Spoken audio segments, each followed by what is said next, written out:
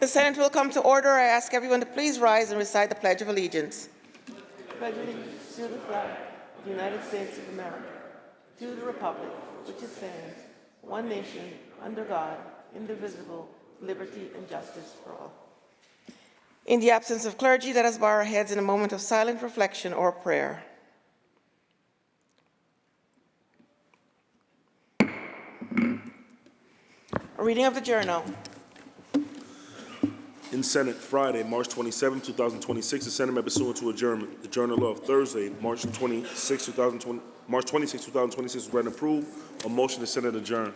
Without objection, the journal stands approved as read. Presentations of petitions, messages from the Assembly, messages from the Governor, reports of standing committees, reports of select committees, communications and reports from state officers, motions and resolutions. Senator Gineris. Good afternoon, Madam President. I have amendments on the following third reading calendar bills by Senator Kruger, calendar 450, and by Senator Harkin, calendar 464.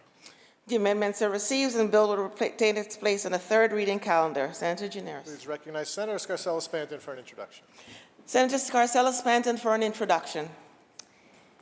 Thank you, Madam President. It is my honor to introduce Dr. Verma, his two daughters, his mother, and his in-laws to Albany today.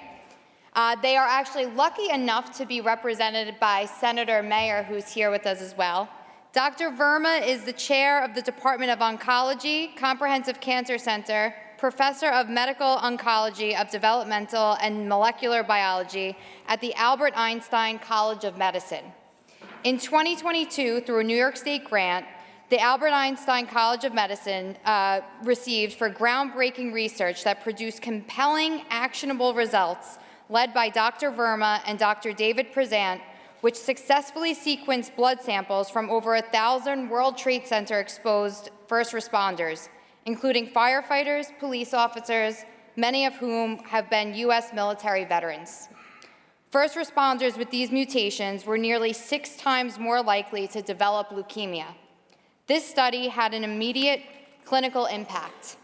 First responders identified with the mutation were immediately contacted and referred for comprehensive medical evaluation, enabling early detection, enhanced monitoring, and timely intervention. On a personal note, I will say I have 3 uncles, 2 of which were police officers, one of which was a FDNY. He was an FDNY at Rescue 5 on Staten Island. My Uncle Larry Sullivan passed away from a 9/11 related cancer. So I want to say thank you for your work and helping families to avoid the tragedy that my family had faced. We know that that early detection is key in making sure people get the treatment that they need. So with that, we are honored to have Dr. Verma with us today to share his expertise and insight. Please join me in welcoming Dr. Verma and his wonderful family today. Thank you, Senator. To Dr. Verma and family, we welcome you on behalf of the Senate. We extend to you the privileges and courtesies of this House. Thank you for your service. Please continue to be recognized.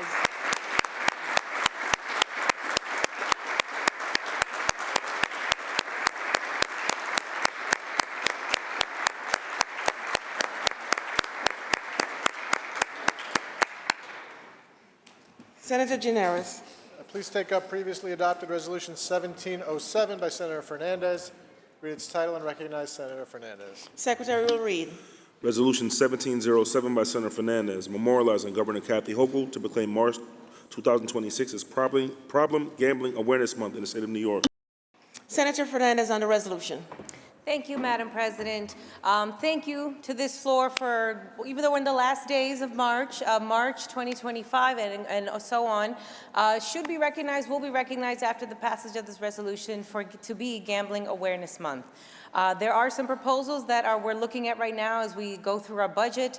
Now that we have 3 new casinos coming, this should be a top priority of awareness, making sure that we are investing in programs that can help people overcome addiction. As we look at options to raise revenue, let's be aware of some of the concerns and harms that still lie with access to online betting and everything related. So this month, please be aware, please remember those that do suffer, that this is not a harmless addiction, because At the worst of it, we might lose somebody to self-harm, to suicide, should the gambling addiction get worse. So this is an important awareness to have, and I'm grateful for this body for supporting it. And let's continue to be mindful of the investments that we're negotiating in the next couple of days. Thank you. I support it.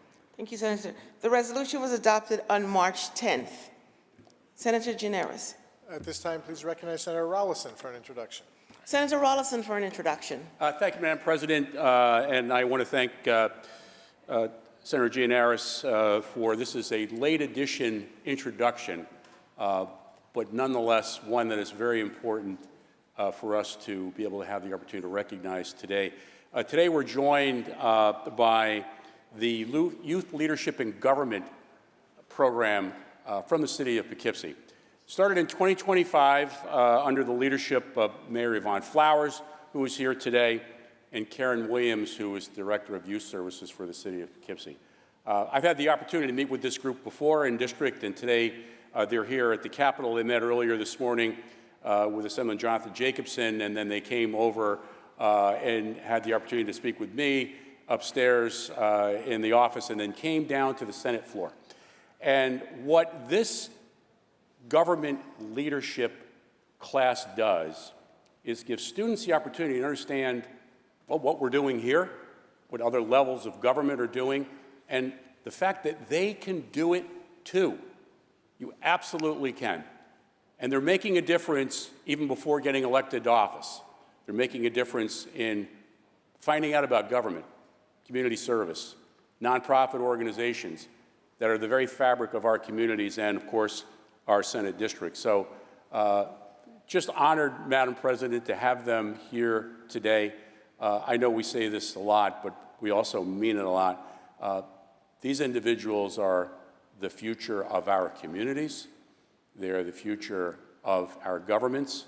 But really, you know, they are our future. And Madam President, would you please extend the courtesies of this House to this fantastic group led by a fantastic mayor and Mayor Yvonne Flowers.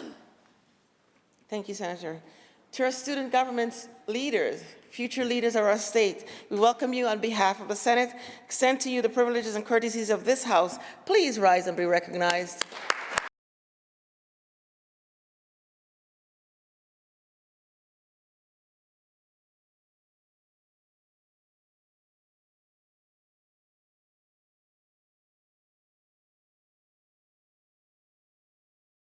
Senator Gineris. Madam President, today's resolution sponsors would like to open them for co-sponsorship. The resolutions are open for co-sponsorship. Should you choose not to be a co-sponsor, please notify the desk. Senator Gineris. Please take up the calendar. Secretary will read. Calendar number 114, Senate Print 1688 by Senator Skoufis, an act to amend the executive law. Section 2, this act will take effect immediately. Call the roll. Adabo, Gianaris, Kruger, Ort, Sue Cousins, White. Senator Varela to explain his vote. Thank you, Madam President. I rise to vote yes on this bill, and also I want to thank Senator Skoufis for introducing this for, I think, the 6th time now. But I also want to take this moment to recognize a now late member of the Tuskegee Airmen, also a resident in my Senate district. Wally Higgins of Allegheny County was among the distinguished group of American heroes. Wally Higgins was one of the original Tuskegee Airmen, part of a historic generation of black servicemen who answered their country's call at a time when the same country was still marked by segregation and discrimination. He was recruited into the Army in 1943 before he could even finish high school. Wally was then sent south for training, where he was selected for the Tuskegee program.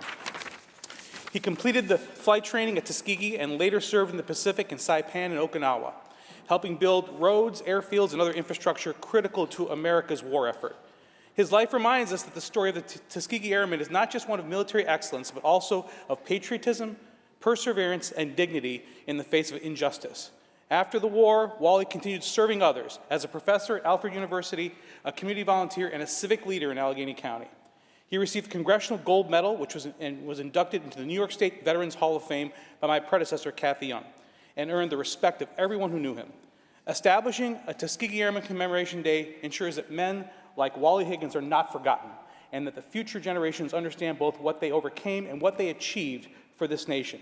it's really about time that we gave these heroes the recognition that they deserve here in New York State. And again, thank you for this bill.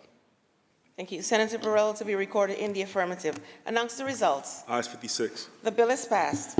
Calendar number 192, Senate Print 1514 by Senator Harkin, enactment of the labor law. Laid aside. Calendar number 201, Senate Print 524A by Senator Mayer, enactment of the penal law. Read the last section. Section 3, this act shall take effect immediately. Call the roll. Adabo, Gianaris Kruger, Ort, Sue Cousins, Zellner. Announce the results. In relation to calendar 201, voted in the negative, Senator Bridgeport, ayes 55, nays 1. The bill is passed. Calendar number 383, Senate Print 707A by Senator May, enactment of the public health law. Read the last section. Section 2, this act shall take effect immediately. Call the roll. Adabo, Gianaris Kruger, Ort, Sue Cousins, Zellner.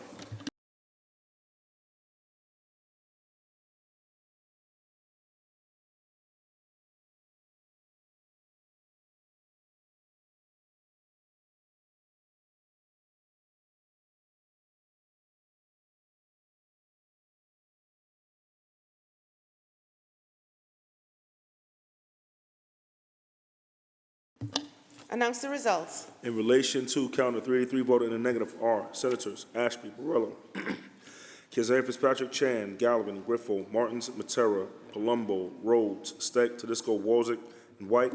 Ayes 42, nays 14. The bill is passed. Calendar number 494, Senate Print 7160 by Senator Clare, enactment of the elder law. Read the last section. Section 2, this act shall take effect immediately. Call the roll. Adabo, Gianaris Kruger, Ort, Sue Cousins, Zellner. Announce the results. Ayes 56. The bill is passed. Calendar number 508, Senate Print 5563 by Senator Mayer, enact to amend the general municipal law. Read the last section. Section 2, this act shall take effect on the 90th day after shall become a law. Call the roll. Adabo, Gianaris Kruger, Ort, Sue Cousins, Zellner. Announce the results. Ayes 56. The bill is passed. Calendar number 519, Senate Print 6482 by Senator Webb, enact to amend the education law. Read the last section. Section 3, this act shall take effect on the 180th day after shall become a law. Call the roll. Adabo, Gianaris Kruger, Ort, Sue Cousins, Zellner.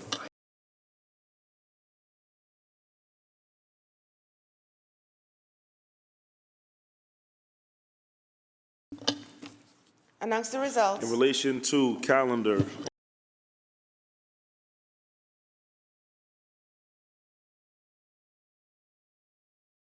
In relation to calendar 519, voted in the negative are Senators Kansas Fitzpatrick, Martins, Matera, Palumbo, and Ryan. Ayes 51, nays 5.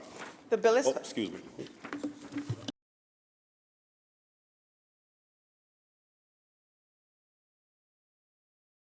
Also, Senators Rhodes and White. Ayes 49, nays 7. The bill is passed. Calendar number 567, Senate Print 1015 by Senator Brooke, enact to amend the Estates, Powers, and Trust Law. Read the last section. Section 2, this act shall take effect on the 180th day if it shall become a law. Call the roll. Adabo, Gianaris Kruger, Ort, Sue Cousins, Zellner. Announce the results. Ayes 56. The bill is passed. Calendar number 568, Senate Print 3698 by Senator Sanders, enact to amend the lien law. Read the last section. Section 3, this act shall take effect. Okay. Laid aside. Calendar number 573, Senate Print 2091 by Senator Kavanaugh, enact to amend the executive law. Read the last section. Section 4, this act shall take effect immediately. Call the roll. Adabo, Gianaris Kruger, Ort, Sue Cousins, Zellner. Announce the results. Ayes 56. The bill is passed. Senator Gianaris, that completes the reading of today's calendar. Madam President, before we move on to the controversial calendar, please recognize Senator Fahey for an introduction. Senator Fahey for an introduction. Thank you, Madam President. It's with great honor today, and I hope you'll join me in recognizing the Guilderland High School girls track team. If you would stand, please. This is at least a part of the team, the Flying Dutch, who just had an extraordinary victory in the Division I, Section 2 Indoor Track and Field Championship in Boston last month. The Guilderland girls track team finished first. They set a new record time of 3 minutes and 56 seconds to win the 1,600-meter sprint medley relay. And both of my children ran track in high school, and I know that this is an extraordinary record. Couldn't be more pleased to have them here today. They beat the second-place team by a 1/7 of a second, which is huge. We're joined today by Fiona McCarthy, if you'd wave a little, Parker Steele, Lauren Bernash, as well as Addison Velacoop. 2 of them will be going on to run Division I track. Parker Steele will be running with Michigan State, and Addison will be running with Syracuse University. They are also joined by 2 rather remarkable coaches, Chris Scanlon as well as Coach Dave Cozier, who are also joined here today. Please join. They were the only public school in their heat of the race. They are now all Americans. They hold the school record. They hold the fastest time in Section 2 history, and they hold the New York State record, and they're first in the entire country in this 1600 sprint medley relay. It's truly quite remarkable. My daughter would be rather envious, I think. I'm not sure she had that time in college, but this really is an extraordinary achievement of the Guilderland community could not be prouder, but the whole Capital Region really acknowledges this extraordinary achievement. And Madam President, if you would please join me in welcoming these extraordinary young women and their coaches. Thank you. To the Guilderland High School track and field champions, congratulations on your championship. I welcome you on behalf of the Senate. We extend to you the privileges and courtesies of this House. Continued success to you. Please.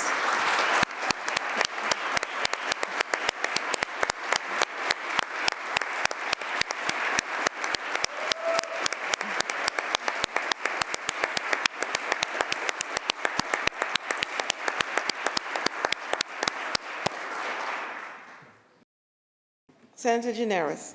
And now the controversial calendar, please. The Secretary will ring the bell. Secretary will read. Calendar number 192, Senate Print 1514 by Senator Harkin, enacting the labor law. Senator Steck, why do you rise? Thank you, Madam President. If the sponsor will yield for a few questions, please. Will the sponsor yield? Absolutely, Madam President. The sponsor yields. Thank you, Madam President. Through you, Senator Harkin, thank you. I know that you and I have talked about this bill offline a couple times this session, and I thank you for your efforts meeting with some of the constituent businesses that I brought to your attention that had issues with this. My questions really are in that vein.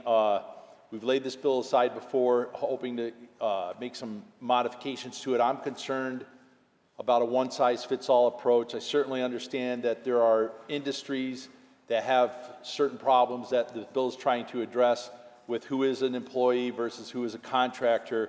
And I can understand that looking for a hammer to tap down on some of the bad actors and the glaring problems is called for, and I support that. However, specifically, that the concerns I have are in that last mile courier.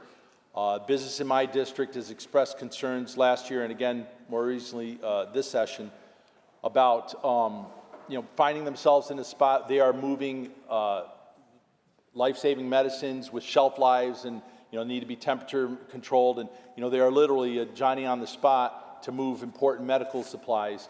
And if somebody makes an accusation that, hey, this person isn't a contractor, they're an employee, which again, I think in that industry, it's the nature of their industry that a lot of them are indeed contractors, but all it takes is one complaint, and now that business is on the hook to resolve this in 72 hours, or they could be shut down. And the concern is that these medicines that need to get moved, they're going to simply relocate to another courier, and it's not going to be a 3 or 4 day shutdown until you get it resolved and then go back to work. It can potentially bankrupt this segment of all employers. So my question is, have you met recently with, I know NFIB has put out a memo in opposition, I think largely due to these kinds of concerns.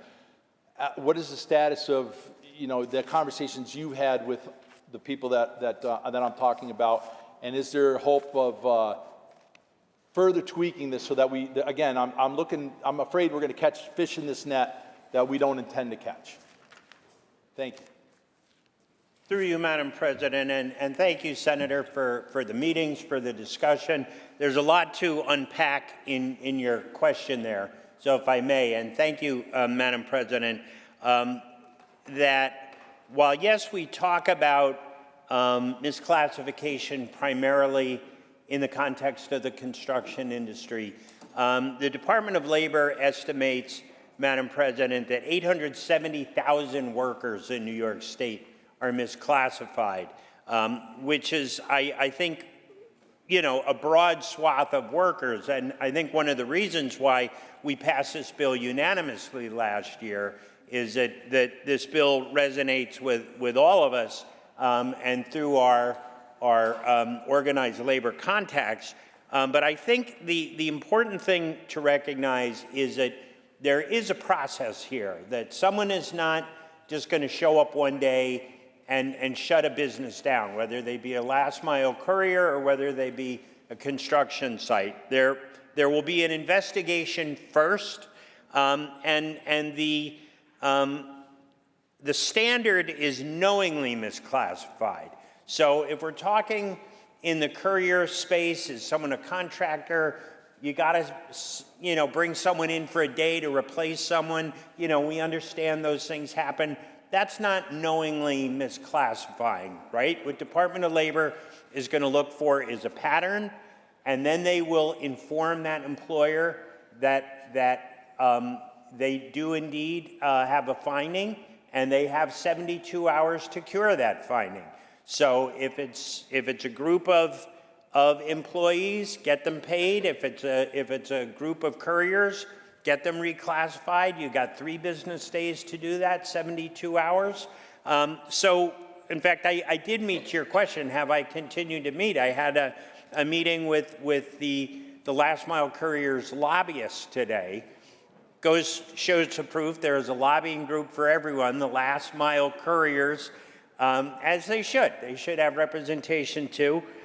We met with them, but at the end of the day, I feel comfortable that there is enough due process in here to protect the businesses, because we don't want to throw the baby out with the bathwater, as you said.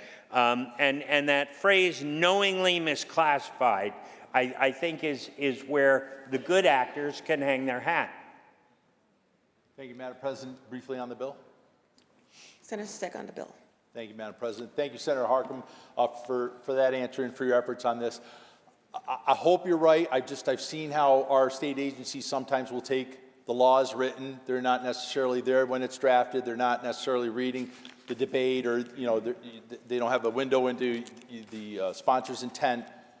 My concern is that there will be debate over what is or isn't intentional. Lawyers get involved in asking a small business, to rectify something in 72 hours, or you're going to lose all your business and potentially not survive that closure. I think I'm a little concerned about it. I wholeheartedly agree that there's need for this elsewhere, which is why I voted in favor of it last year, and as we all did. But having this come to light, I'm concerned that it's a little too broad for now.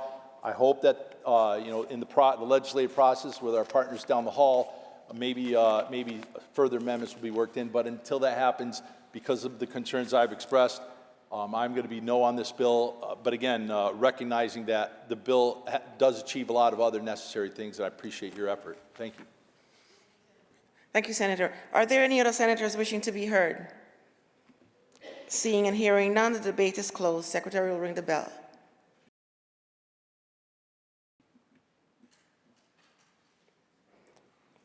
Read the last section. Section 2, this act shall take effect on the 180th day after shall become a law. Call the roll. Dabo, Chianaris, Kruger, Ort, Sewell Cousins, Zellner. Senator Ramos explain her vote. Yeah, thank you, Senator Prasad. Madam President, I rise to applaud my colleague, Senator Harkin, on this bill, and I really pray that it becomes law. This is really about leveling the playing field for good business. We want bad businesses to close, and if they are indeed misclassifying their workers purposefully, well, we want to make sure that they are being held accountable to the letter of the law. We, in fact, have several bills working through the Labor Committee and through the legislature on this topic, and we want to make sure that workers have real tools in order to pursue the justice that they deserve. I really believe that enforcement of misclassification of workers isn't even just enough alone. We want to be able to make sure that there are clear standards in order for these workers to be able to regain the rights and perhaps even pay or other recourse so that they're able to be restored as the real employees they are. There are far too many industries, specifically in the digital age, that are taking advantage of this misclassification, and it is my hope that in this legislature and with the governor's help, we'll be able to right the wrongs in the economy and make sure every worker is protected. Thank you. Thank you. Senator Ramos to be recorded in the affirmative. Senator Martins to explain his vote. Thank you, Madam President. I rise to support the legislation. As a co-sponsor, I want to thank the sponsor for this piece of legislation. And of course, I encourage everyone to consider the concerns that have been voiced here by our colleagues with regard to the application. But there are several victims when people are misclassified. One, most importantly, is the worker himself. Oftentimes doesn't have access to workers' comp and is at risk. And that should be a concern for everybody in this room. Two, it's every other business in New York State that has to make up the difference in the costs to doing business in New York State. And we all know how expensive it is in New York for our businesses to make ends meet, insurance being amongst the most costly. And so, again, compliments to the sponsor and to our colleague, but it's an important bill. Let's address some of the issues that were voiced here today to the extent that we can. But let's not forget, this is about protecting businesses and, most importantly, protecting the workers of our state. I'll vote aye. Thank you. Senator Martins to be recorded in the affirmative. Senator Steck to explain his vote. Thank you, Madam President. Just by the way of trying to be constructive and offer a solution here, page 1, one word change on the bill, page 1, lines 22 to 24. Within 72 hours after the employer's opportunity to come into compliance, if the employer has not come into compliance, the commissioner shall issue a stop work order requiring the cessation of all business operations of the employer at every site at which the violation occurs. Wow. Changing the word shall to may would give everyone the flexibility that they want here, but at the same time, give some regulator the opportunity to apply a little common sense to realize, hey, this isn't the time to issue a stop work order and shut down every operation for a last mile courier. So that one word suggestion would get me from a no to a yes. Thank you, Madam President. Senator Steck to be recorded in the negative. Announce the results. In relation to calendar 192, voted in the negative are Senators Steck and Walzek. Ayes 54, nays 2. The bill is passed. Calendar number 568, Senate Print 3698 by Senator Sanders, an act to amend the lien law. Senator Murray, why do you rise? Thank you, Madam President. Would the sponsor yield for a quick clarification question? Will the sponsor yield? Absolutely. Sponsor yields. Thank you, Senator. Good afternoon. Afternoon, sir. How are you? I'm good. I'm good. Good, And I think I know the answer. I just want to clarify on the original bill. The language said that in regards to the time frame for which the demand for payment be made, the lien law says 30 days. You would change that to 60 days. I believe in the A print, and can you just confirm that that change has been put back? Is it in fact 30 days now in the A print? Double check.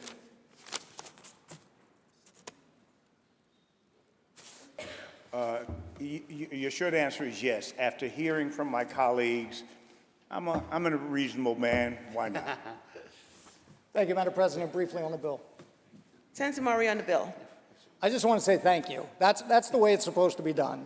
You know, you introduced the bill, we had some concerns, there were industry concerns, there were concerns on this side of the aisle. You listened to them, you made changes that I think makes it a better bill, and I'm proud to vote in favor of the bill. Thank you, Senator. Are there any other senators wishing to be heard? Seeing and hearing none, the debate is closed. Secretary will ring the bell. Read the last section. Section 3, this act shall take effect on the 180th day if shall become a law. Call the roll. Adabo, GNRS Kruger, or Zellner.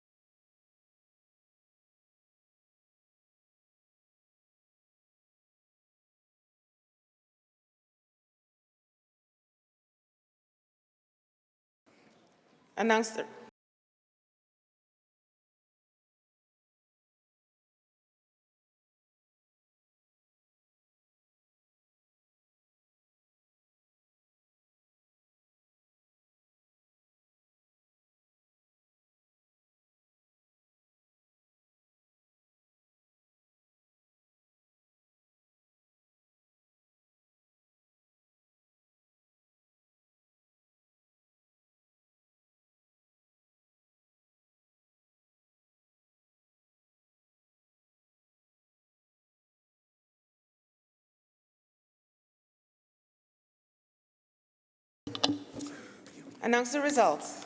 In relation to calendar 568, voted in the negative are Senators Ashby, Barello, Kazari Fitzpatrick, Chan, Griffo, Lanza, Martins, Ort, Rhodes, Steck, Tedisco, Walzek, Weber, and White. Ayes 42, nays 14. The bill is passed. Senator Gianaris, that completes the reading of today's controversial calendar. Is there any further business at the desk? There is no further business at the desk. Earlier start tomorrow, my colleagues. I move to adjourn until tomorrow, Tuesday, March 31st at 11 a.m. On motion, the Senate stands adjourned until Tuesday, March 31st at 11 a.m. The Senate stands adjourned.